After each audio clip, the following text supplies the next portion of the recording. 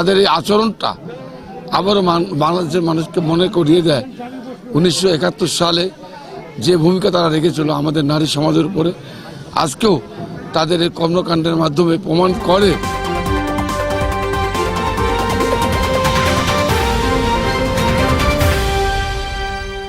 যেখানে এদেশের অর্ধেক পুরুষ অর্ধেক নারী।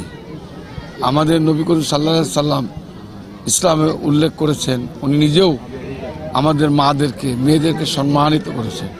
কিন্তু দুঃখজনক হলেও সত্য, আজকে মেয়েরা যারা সমান অধিকার রাখে তাদেরকেও তিরস্কার করে জামাত বা জামাতের আমির যে বক্তব্য রেখেছেন, এটা অত্যন্ত দুঃখজনক।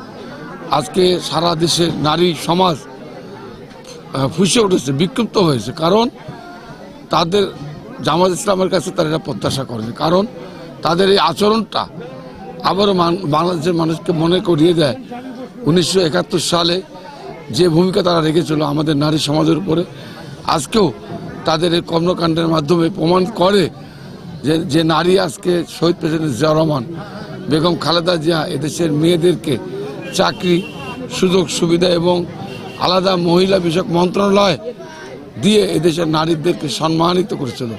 যে নারী আজকে বিভিন্ন প্রশাসন, বিভিন্ন চাকরি এবং কর্মকাণ্ডে তারা অংশগ্রহণ করেছে এবং নারী দেশের নারী প্রধানমন্ত্রী বেগম খালেদা জিয়া, সেখানে নারীদেরকে তারা ক্ষমতায় গেলে তাদেরকে ঘর থেকে বেরোতে দেবে না।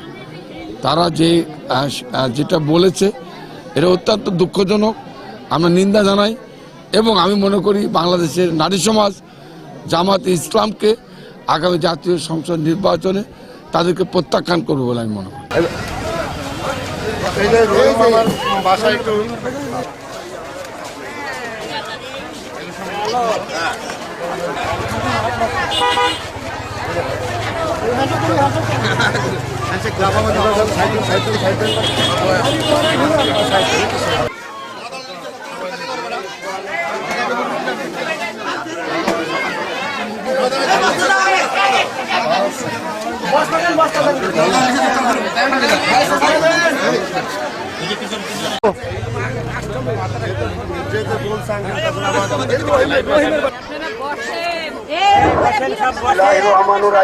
উপস্থিত হয়েছেন নাটোর জেলা বিএনপির আহ্বায়ক কমিটির বিভিন্ন ছাত্রদল, যুবদল, আমাদের প্রচার মূলে থেকে এই ওয়ার্ডের আহমেদ রনি আমাদের মাঝে উপস্থিত হয়েছেন। ইব্রাহিম খান, প্রিন্সিপাল ইব্রাহিম খান, এই এলাকায় আপনাদেরকে আশ্রয় দেওয়ার জন্য তো জায়গা দরকার।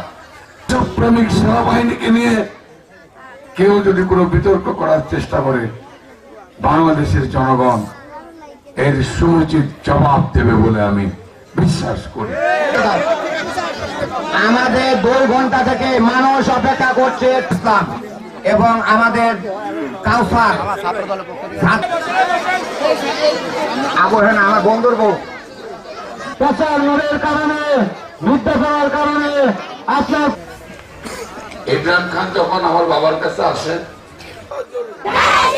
আরো